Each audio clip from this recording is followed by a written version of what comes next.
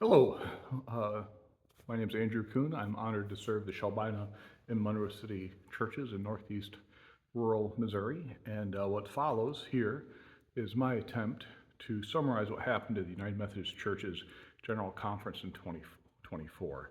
It is written from a particular point of view. I've been serving rural churches in northeast Missouri for nigh on 2 decades, and that influences what I see as important. I'm also someone deeply committed to the way that John Wesley showed with regards to how to follow Jesus. I consider myself as someone attempting to carry on the Methodist tradition, which is a real focus on practicality and discipleship. I'm also committed to following the Book of Discipline.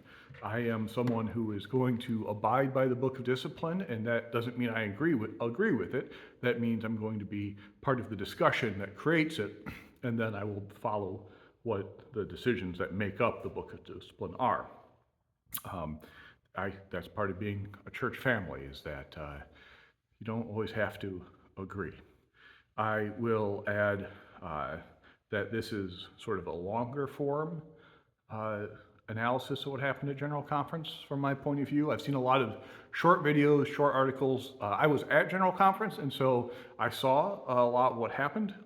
And so this is a longer video, or it's going to be. If you want the short punchlines, I posted a video while I was at General Conference. It was about 3 minutes long. I'd go take a look at that if you just want the short punchline. This is the more extended version. I will also add a disclaimer that this will be the third video I've posted online regarding General Conference, and that having learned my lessons with the previous 2 videos, comments are moderated on this video, and so if you have a question, ask. If you have something you want to find out more about, please, shoot, go for it. If you're going to make comments about this is another sign that the church is dying, or you're going to take a swing at me as apostate or heretic, I'm just going to delete that because, yeah, it's not helpful. It doesn't help move the church forward. It's really not why I'm doing this. These videos are put together for the good of the rural church, the good of the churches I serve. And if they can help you in your church context, that's wonderful. So I will also further add, this is not the place I'm going to discuss my personal understandings about sexuality. That's another discussion. That's another video. And frankly, it's probably not going to be one I put online. So I think the first thing to say about General Conference is that it is a gathering of lay people and clergy from United Methodist churches around the world. It is 2 weeks of deliberations that result in the Book of Discipline, which is a binding document for Methodist churches, as well as a Book of Resolutions, which is an aspirational document, a sense of this is what we think is important, this is where we want to go. And so both of them matter for different reasons. As with any gathering with people from around the world discussing matters of importance, things can get tense. I have been to 2 general conferences before this in person, and they have been tense to the point of being acrimonious and even toxic. This was different. That's a refrain I've heard from pretty much everyone who's talking about this general conference, that the tone of this general conference was so very different. In the previous general conferences, they tended to be tense, frustrating experiences with a very valid concern that there were people who were sort of using the rules of discussion, Robert's Rules of Order, to attempt to drag out certain discussions or undercut other discussions. At this meeting, there was a broad sense of people pulling in the same direction, even as they were disagreeing about how to get there. And that's the first time I felt that at General Conference. This was in part due to the leading of the bishops. It was made clear early on that we are here together for the good of the United Methodist Church. And when there were some early attempts to be obstructionist, when the whole group, all 750 or so delegates were together, there were some early attempts to sort of slow things down. Setting the agenda the first day that the whole group was together took about 2 hours, and we were starting to see some of the old obstructionist sort of tactics being used. And it was called out, and it stopped. And I can, if anyone wants to know more about the details of that, I can tell you about it. Just if you really want to wade into Robert's Rules of Orders, I, I'll do it with you. One interesting aspect of this change in tone was the way in which people introduce themselves. When you have a group of over 700 people using microphones to lead a group discussion, every time someone spoke, they would introduce themselves. My name, for example, if I was a delegate, I would say, my name is Andrew Kuhn, elder, Missouri Conference, and this year we started adding male, middle age. White. We added some more details. And what that allowed for is for the conference to be aware of who was speaking. Like, I can tell you, because we were gathering this data, that during the second week of discussion, when the whole group was gathered, all 750 odd delegates, that there were 185 people who spoke that were white and 224 spoke that were not. And I think that's good. For a worldwide church to be able to quantify, and this was reported out day by day, how are we doing with our diversity of male, female, overseas, Americans? Like, how are we doing with our diversity? Are we listening to everyone in the room?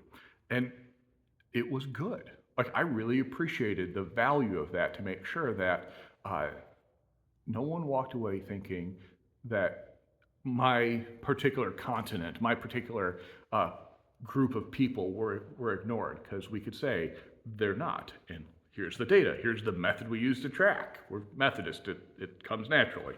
So that was really cool. The delegates. It is essential to understand the unique nature of this gathering. Of the 750 to 760 delegates in total, the number fluctuated slightly. Some people started getting sick the second week. Some people got in from traveling. So 750, 60 or so. Is half clergy and half laity. I'm not aware of any other church tradition or denomination that makes decisions with this type of split, half clergy, half laity. With pastors and laity having equal numbers of votes, equal level of authority to make motions, what that means is the pastors can't get ahead of their churches. That means that this gathering truly is representative of the church. What happened in Charlotte for those 2 weeks, the results of that is representative of the will of the United Methodist Church. This is what we want to do.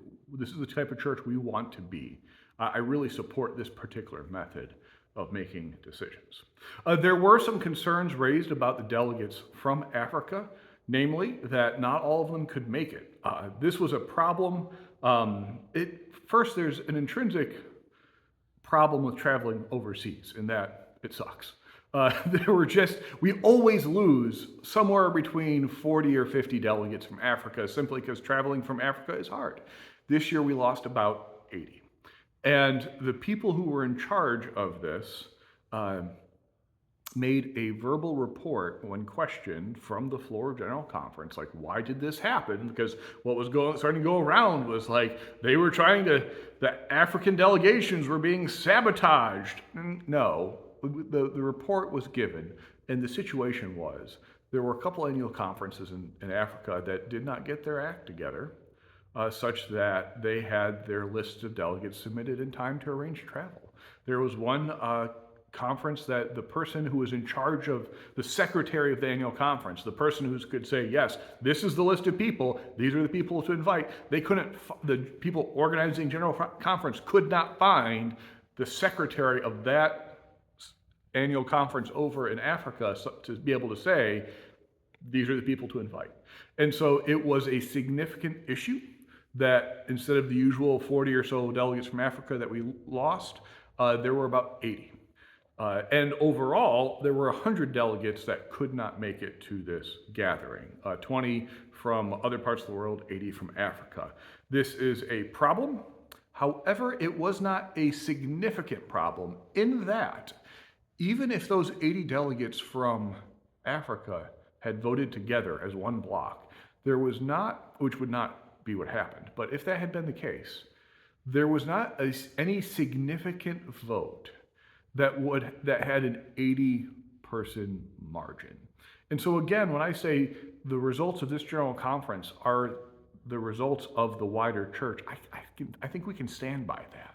Like the votes may not have worked out exactly the same if everyone could have been there, but overall, I'm pretty confident in this set of results. Okay, let's talk about process for a minute. The large topics that were at the core of the discussion at the General Conference were things like updating the retirement system, revising the social principles, changing the language about sexuality to go back to the pre-1972 language, which for the most part meant removing it. Passing a budget, which entailed decisions that impacted the number of bishops. So, there were some very big topics. Overall, this was a highly productive General Conference. A lot of things got done. The way that worked, so you got these 750 or so delegates. You take the first week, and you take all of the thousands of proposals, and every Methodist pastor, layperson, church, Sunday school, annual conference, every Methodist organization can submit a proposed change to the Book of Discipline. And then you take all these thousands of proposals and you split them up by topic.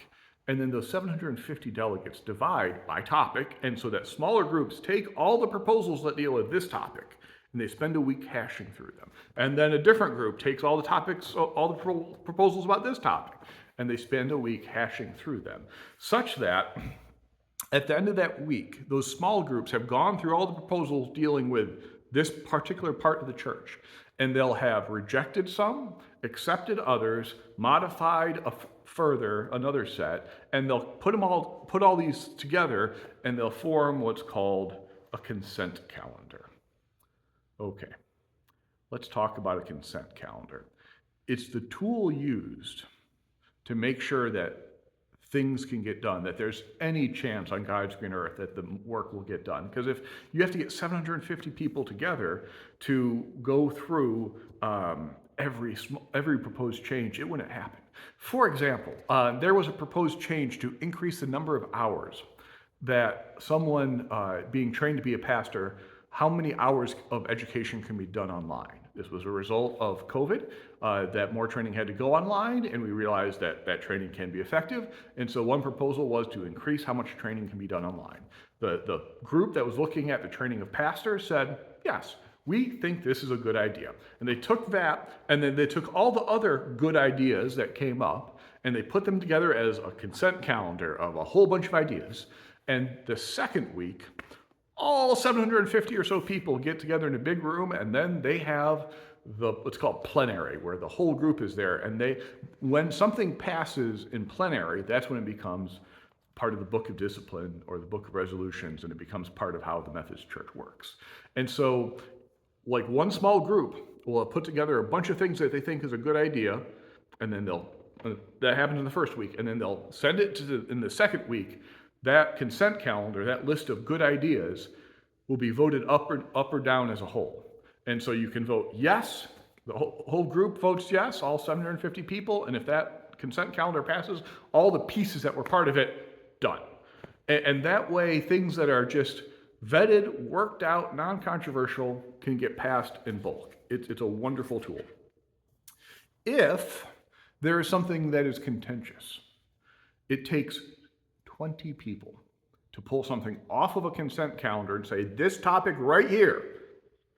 If I could have found, for example, if I was a delegate and I could find 19 people who thought that changing the number of hours of training that are done online, if that was something that the whole church needs to argue about, if I can find 19 other people, so 20 total will agree with me, I can pull an item off of the consent calendar, and then the whole group will have to deal with that individually. The reason this is important to bring up is to point out that when we talked about the biggest issues being addressed at this conference, questions about marriage and ordination, they were passed via consent calendar.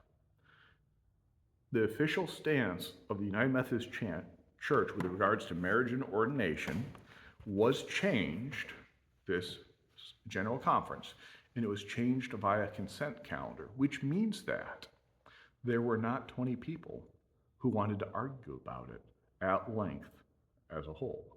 That what was proposed is being supported, not enough, just enough to pass, but like a nail biter, but enough to be passed so overwhelmingly that there weren't 20 people who wanted to fight about it. So, the stance of the United Methodist Church with regards to marriage and ordination is local control. That's it. It's framed in a couple different ways, but basically every church will set its own wedding policy, neither being required nor punished for how they approach marriage. Each pastor has that same power as well. No pastor will be required or punished for who he or she decides to marry. Each annual conference will then decide who to ordain. And what this does, this local control approach, that the local church makes the call about marriage, who can get married in their church, the pastor decides who he or she is willing to preside over their wedding, and the annual conference, usually a state, will decide who will be ordained. That is actually the 1960s and previous policy of the Methodist tradition, and that was all passed via consent calendar. Now, there was a clarification added to this, and it was significant. It was significant because of where it came from and also how it was passed. A lady from, I believe it was Zimbabwe, got up and said, "We need to add the following phrase to our definition of marriage so that I can be in line with the laws of my nation."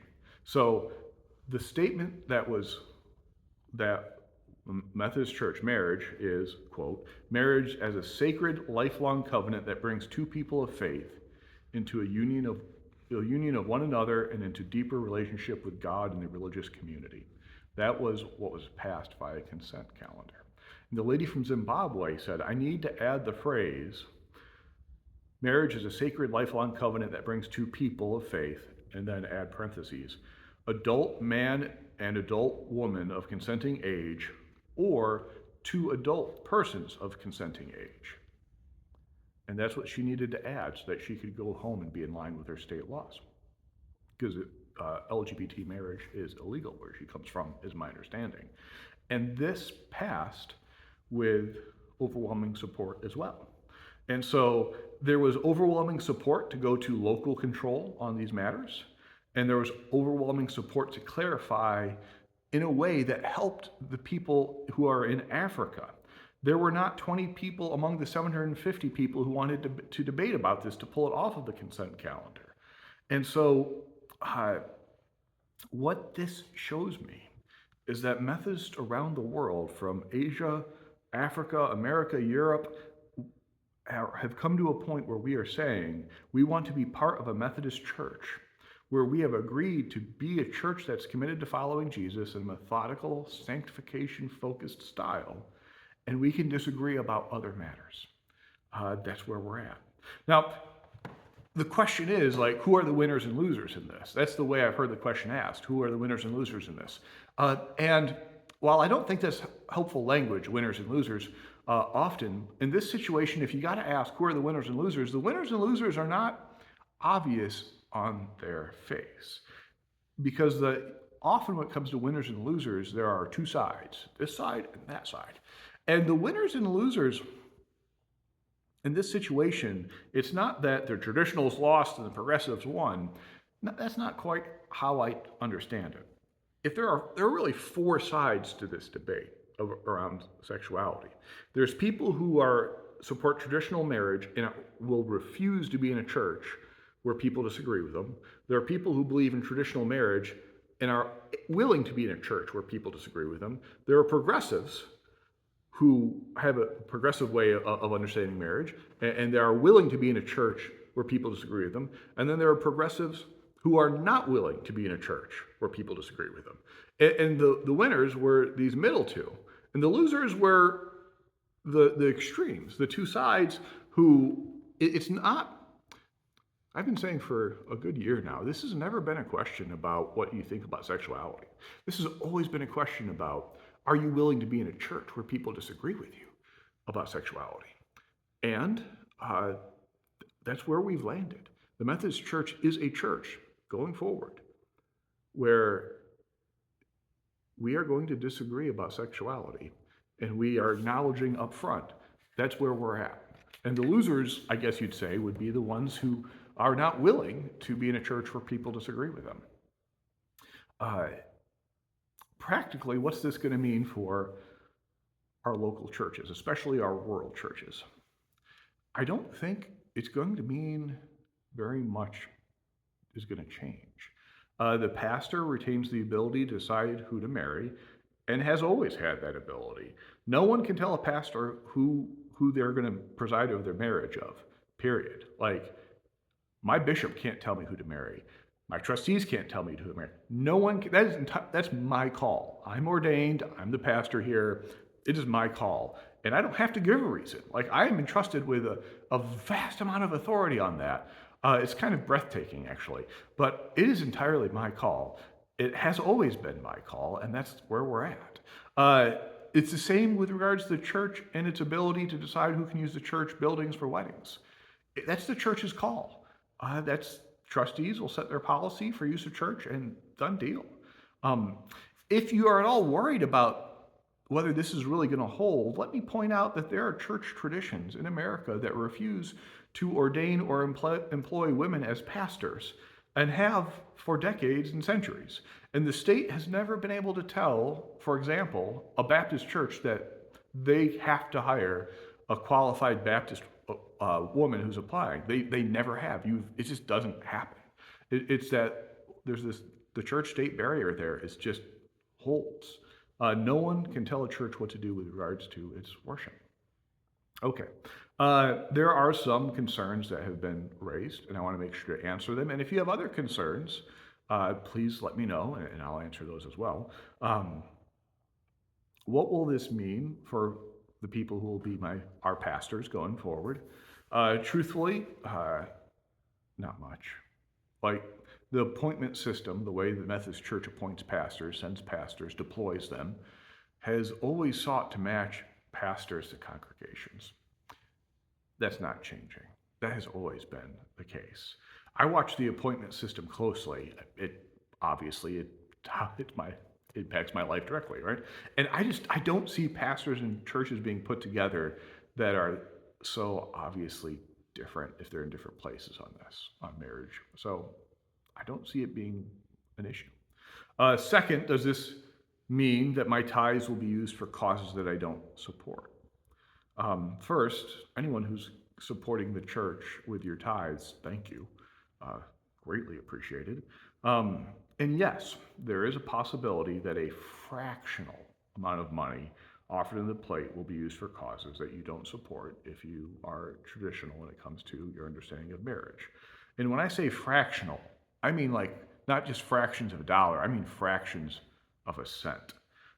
What I expect, and if I'm wrong, I'll make sure that I will share that, but what I expect is that some annual conferences will support mental health and suicide prevention efforts for LGBT youth. LGBT youth, I believe last time I saw, were at a rate of suicide 5 times higher than the national average. And so I think that there might be some small amount of money used, fractions of a cent, for such efforts. To put like details on that, for every dollar offered, this is in Missouri, just over 2 cents on the dollar go to the greater work of the church across the world, disaster relief, paying for bishops, etc. Then about 10 cents on the dollar goes to the Missouri Conference, and half of that goes out in grants. The other half, the majority of the other half, goes to pay for ministries, the camping ministries, for salaries for staff. And it's just a small fraction of a cent that might be used in this way. It's just not something we're deeply involved with. And if you want to see the budget from the Missouri Annual Conference, I will show it to you. You want the details, I got 20 pages of them, and I'll walk you through it. It's fascinating, but I find it interesting. Third, I have heard some concern that around what happens if we are condoning something that is wrong. The idea that a rose by any other name still smells like a rose, and a sin, no matter what we call it, is always a sin. And so if people are entering into gay or lesbian marriage, that we are, by condoning that, we are condoning something that is wrong. To that, the best I can say is that there are utterly faithful followers of Jesus who are convinced that two men or two women cannot be married, and there are utterly faithful followers of Jesus who are convinced that they can. Um, and that's, I'm willing to have that discussion of what that means on both sides in person with a cup of tea. And right now, maybe the best we can do is to welcome people who are walking through church doors and trust that if they come here to follow Jesus, that the Holy Spirit will work and lives will be changed, and that we got to trust that God can change people, whatever that's going to look like, even as we're not quite sure, even as we're debating and disagreeing. We got to trust the Holy Spirit to move. Those responses may not be satisfying. I acknowledge that. They're the best I have for right now. Okay, that's just kind of the first chunk of what happened at General Conference. If you're still with me, like, God love you. This was the most productive General Conference in living memory. There were multiple other large matters that were addressed. Regionalization began. This is going to take a touch of explaining, and this is a topic that was the most important topic that the news didn't touch. The news just did not cover this at all. The United Methodist Church began in the United Methodist Church began in the United States. And as it sent out missionaries, as it went to serve around the world, other Methodist churches sprung up and they maintained a connection back to the United States. And what developed was a system where other churches would come back to America and we would have General Conference here in America. And we would figure out the things that we thought were important.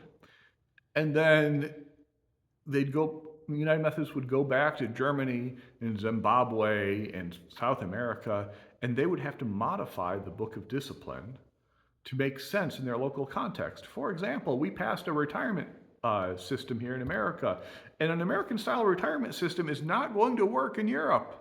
Different social contract. It's not going to work in Zimbabwe. It's a different economy. It's just different. And so other parts of the world have been empowered to take the Book of Discipline and to modify it for use in their local context, and have been able to do this for decades.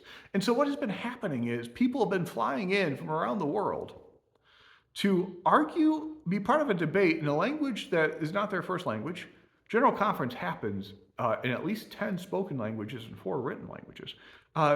And so people would be showing up to have a debate about a retirement plan that they won't receive the benefit of in a language that they don't speak. And it's just weird. It's just weird.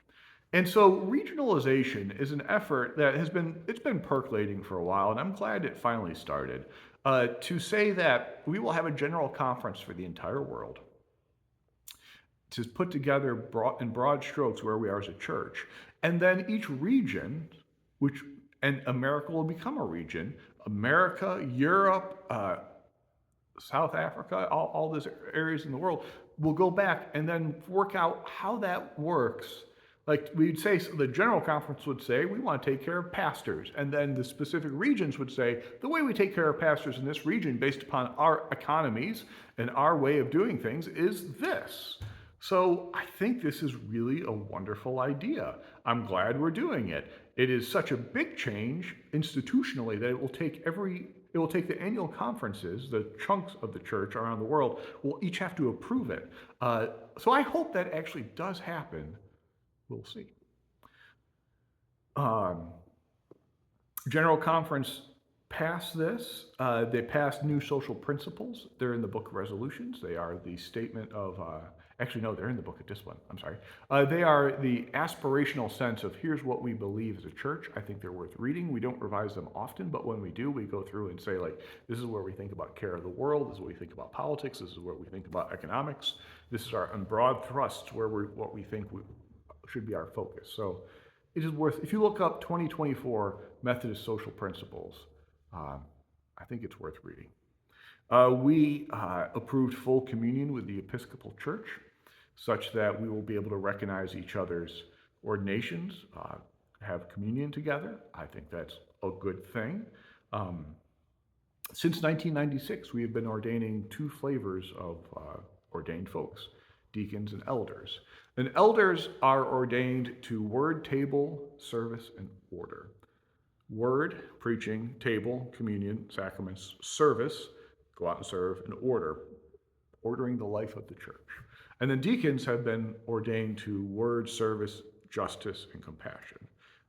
And so word, preaching, service, and compassion and justice, getting out there and changing the world.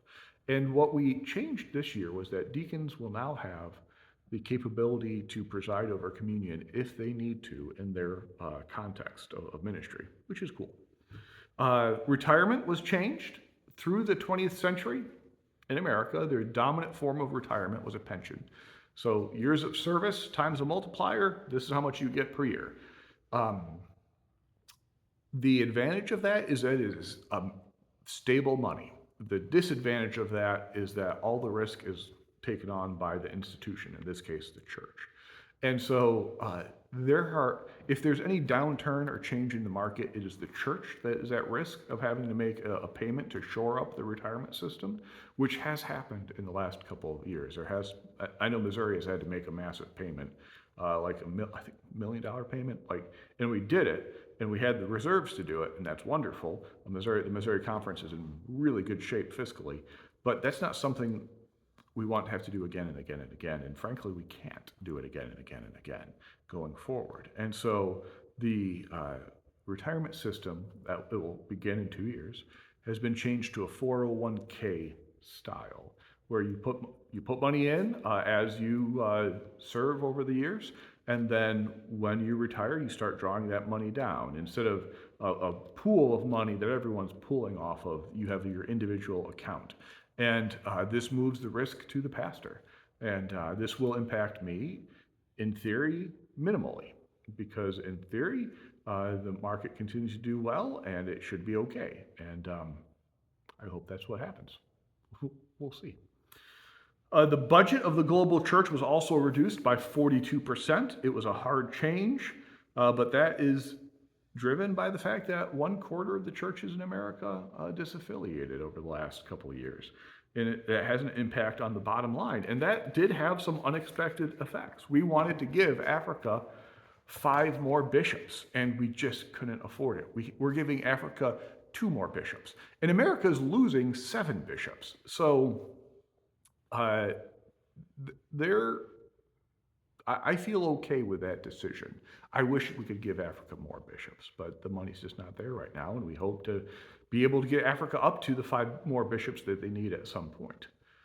There are topics that were not addressed because we ran out of time. The church's relationship to fossil fuels, whether a licensed local pastor should have voting rights at annual conference. There are things that we just ran out of time to talk about and decide, and that happens every general conference. There were also actions passed that I just haven't had time to make sense of. That things like there was a non-binding resolution that called on Methodist institutions to not invest in bonds from Israel, Turkey, and Morocco, as they have been in long-standing military occupations. I don't feel fully informed enough about any of those 3 situations to have an opinion worth having, but I just want to acknowledge that there are a lot of things I'm just not getting to in this discussion, this video that's already at a half hour long. But I want to wrap that up by saying I'll get to them as I can. And the future of General Conference, I expect that there will be one in 2026 to deal with changes to annual conferences. There are going to be changes. I fully expect that some of the annual conferences in the South Central and Southeast part of America will need to have their boundaries reworked in light of disaffiliations. And if regionalization passes all the annual conferences, we'll have some work to do to get that up and going, which I hope does happen. I expect the 2026 General Conference to be in America, and I have a suspicion that the 2028 General Conference will probably be in Africa. It's time to go overseas. As a global church, it's time to pay more attention to other parts of the world. That's my take on it. If you have, as I said, if you have any questions, please shoot me an email, leave a question in the comments. And if you've watched this long, I appreciate your love and service to our church. And I hope that we're able to break bread together at some point soon. God bless you. Amen.